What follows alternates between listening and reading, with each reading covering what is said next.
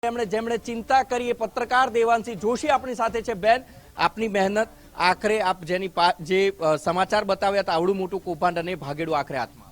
Exactly અને આ એટલા માટે બહુ જરૂરી હતું કે સંદેશ આપવો બહુ જરૂરી છે કે જો કોઈ માણસોને એવું લાગતું હોય કે એમના રાજનૈતિક સંપર્કો છે, એ પોતે બહુ જ મોટી તોપ છે, એ કોઈની પણ સાથે ગમે તેવા વ્યવહારો કરીને કશુંક બતાવીને પોતાને કંઈક અલગ સાબિત કરી દેશે, તો એમના માટે આ સંદેશ આપવો બહુ જરૂરી હતો। હું તો રાહ જોઈ રહી છું કે વરઘોડો નીકળે, હું રાહ જોઈ રહી છું એ ડાયલોગની કે કાયદામાં રહેશો તો ફાયદામાં રહેશો,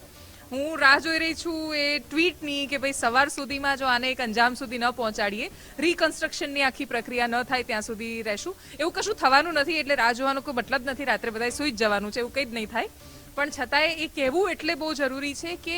આ બહુ મોટો આર્થિક અપરાધ છે, આ હજારો માણસો લાખો માણસોના સપના સાથે કરેલા ચેડા છે, ને એવા માણસો એટલે જે અહીંયા કપડવંજ પાસેનો એક કિસ્સો હતો કે પોતાની જમીન વેચીને પૈસા ભરાવડાયા, સગા ભાઈએ ભરાવડાવ્યા, એટલે આમાં મોટા ભાગે આર્થિક અપરાધોની એક સેમ પેટર્ન હોય છે, પોતાના ઓળખીતા અને નજીકના માણસો છે એ જ ભરાઈ દેતા હોય છે। બીઝેડમાં પણ એ જ થયું હતું, એટલે આપણે અપેક્ષા રાખીએ કે એવા દ્રશ્યો સામે આવે કે એક સંદેશ આપે કે આ પેઢીને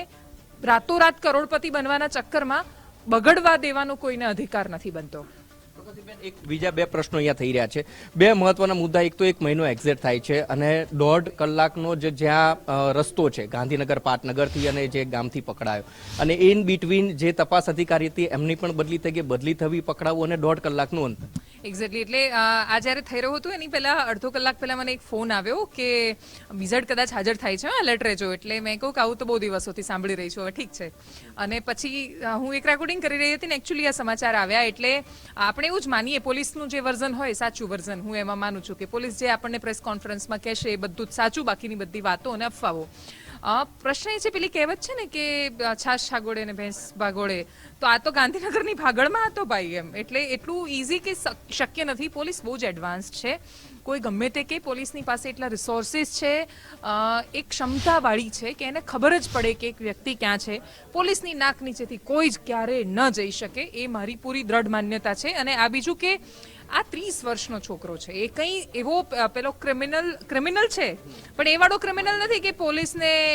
ખબર પડે છે એને કે પોલીસ આ કેમેરા વાપરશે તો મારે આ કરવાનું છે, ટેકનોલોજીનો જાણકાર છે। પ્રશ્ન એ રહેશે કે આપણી આર્થિક અપરાધની શાખા જે અત્યારે કામ કરી રહી છે, આર્થિક અપરાધની શાખાનું કામ મોટે ભાગે બહુ જ મોટું થઈ જાય પછી જ રોકવાનું નથી હોતું, એમના ભાગે એક શ્રેય આવ્યું છે, અને બહુ મોટું શ્રેય એમના લેખે એટલે લાગ્યું છે કેમ કે ખૂબ મહિનાથી આ કેસ પર સ્ટડી કરી રહ્યા હતા અને પછી એમણે આના પર કાર્યવાહી કરી છે, પણ એ પેપર પર કેવી રીતે પ્રૂવ કરશે? ઓન પેપર 1000 કરોડ પણ તમે નથી બતાવી શક્યા। બિટકોઇન તો હવે તો તમે ટેક્સ તો લગાવો છો, સરકાર ટેક્સ લગાડે છે એને, તો જો સરકાર આમાં ઈચ્છશે તો કદાચ ગુજરાત એવું પહેલું રાજ્ય બનશે કે જે પીડિતોને પૈસા પાછા અપાવી શકશે। અત્યાર સુધી નથી બન્યું, જો સરકાર ધારે તો આમાં અપાવી શકે એમ છે।